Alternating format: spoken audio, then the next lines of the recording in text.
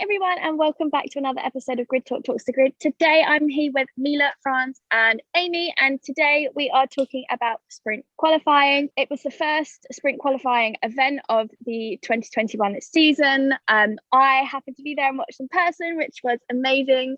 So we're just going to share our thoughts on it today. I thought it was a good format. I enjoyed watching it. I thought there was more opportunity for more racing. Do I think it should be at every race? No. Do I think Silverstone's the right track for it? No. Would I like to see it all the time? No. I think there are some tracks that will suit it better, like Austria, for example. I reckon that would be like a good track to do because it's short, and then you're going to have people getting lapped quite quickly. And then it's a good track for overtaking anyway. But in terms of the weekend and the layout, I think by only having 2 1-hour practice sessions and then having one before qualifying and then one after the sprint race, I think it mixed it up. Even though the order was the same, pretty much, I still thought it made some form of excitement, especially whilst you're there.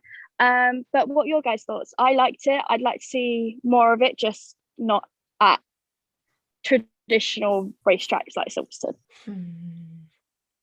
Did you guys not like it? I mean, it's hard to say because I don't know. I think maybe actually it's different when you're there. That's something I was thinking about because for me, it was like 25 minutes of sitting in front of my laptop being like, okay.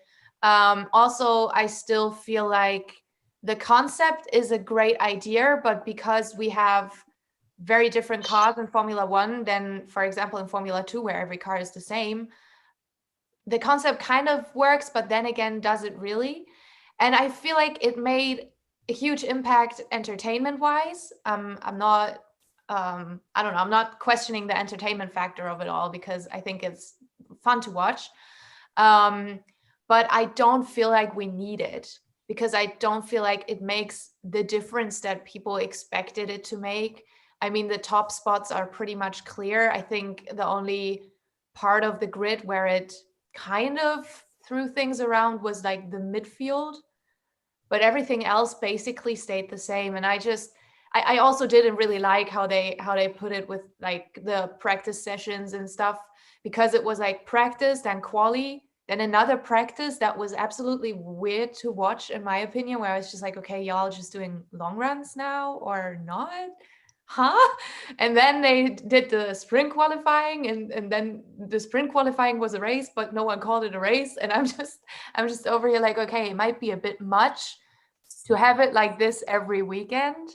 So I agree that to some extent, the entertainment factor is up there and you should have it every now and then, just for the fans there to watch it and to enjoy it. Because like I said, I think if you're actually there, it's a big event and lots of hype going on.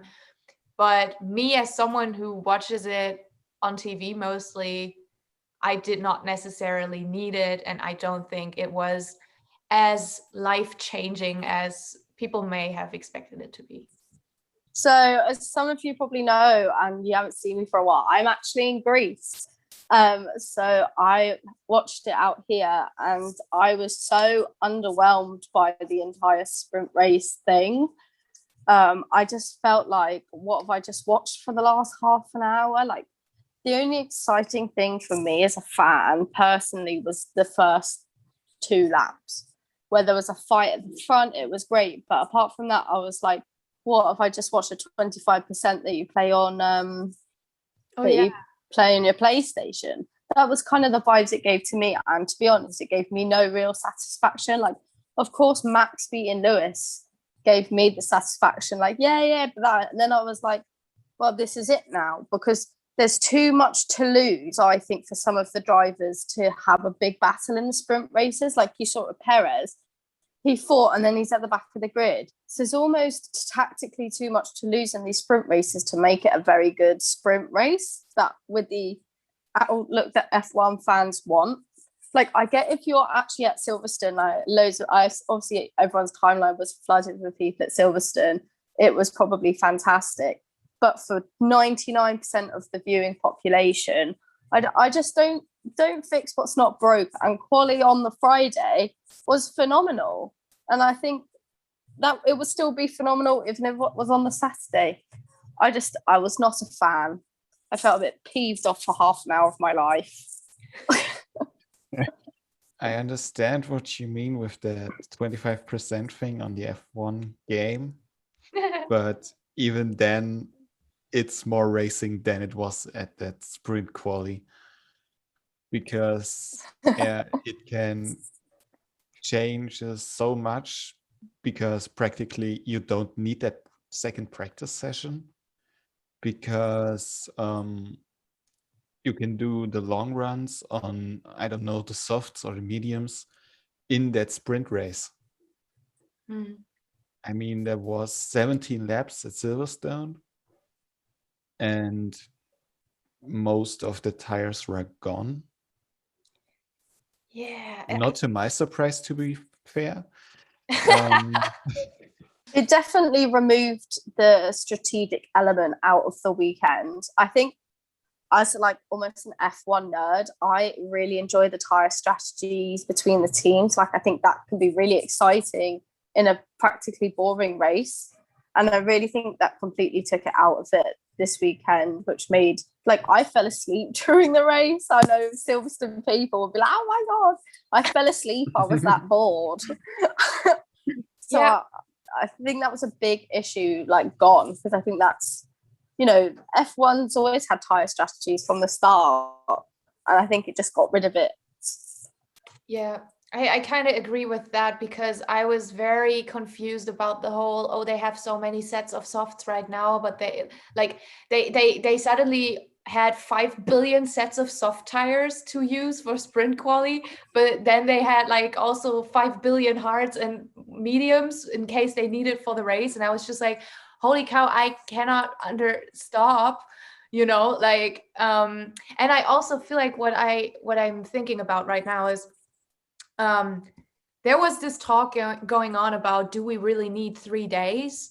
Like, do we need one whole day of practice, then 1 day for quali and 1 day for the race? And I start to think that me as a viewer, I maybe don't necessarily need it to be 3 days. I really liked having qualifying on the first day and having excitement just every day, either through qualifying or a race. So I felt like, maybe we should really rethink the whole scrap that Friday topic that came up every now and then, because sure, practice is important for the drivers, no questions asked. But as a viewer, sometimes I feel like watching 3 practice sessions is only interesting for a certain amount of time. And maybe we should reconsider kicking the Friday, as opposed to putting another different version of a qualifying in, because that's just not solving the problem for me. I don't know. I think on, like, if you go to a normal race, aka not sprint quali, if you've got the general admission for the 3 days, I feel like the Friday is where you really explore the track, and I think that's something that probably goes so under the, what's the word? Radar? Under the bush. Radar. That's radar, not the bush. No, I agree with you, Amy. I think if you are at a racetrack, you want to see as much on-track action as possible. So whether you have this sprint quali layout where you have things going on each day, or whether you have practice sessions on the Friday, another practice session Saturday, and quali in the race on Sunday, I think if you're attending a race physically, it definitely makes sense. For things like, so if you look at Monaco, do you technically count that as like a 4 day, because you've got that bank holiday, that break in between, even though there's no like F1 on track action? But I think for like being there at the track, even just to see cars in person again in general was like amazing. But I think whatever the system is, if you are going to a race, I think 3 days is quite important from a fan's perspective, whether you're watching on the TV or whether you're in person. And I also think for the drivers as well, especially if like you're a rookie and you're coming in, you want as much track time as possible.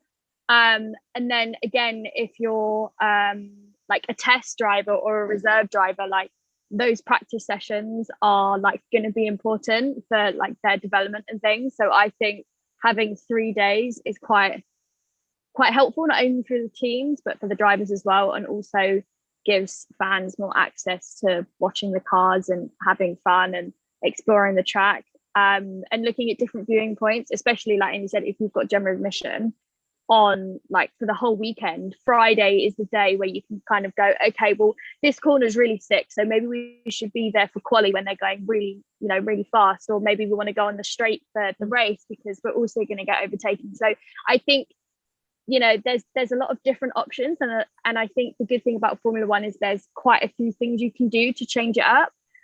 It's just finding the right balance, and I think that where the question comes in is like, what races would you do the sprint quali race at? Because I don't think they should have trialed it at Silverstone personally, even though I was there. I think there are other tracks that will do this layout justice, and it definitely will create more exciting races when it's a better track to do. So like Austria, I think the Bahrain outer circuit would be amazing for this. All in all, did we like sprint qualifying and would we want to see it again? Yes or no? I say yes. No. I'm a no. I'm torn, guys. I don't know. Well, maybe we'll discuss it again when we see it at another racetrack. Yes, So that's important.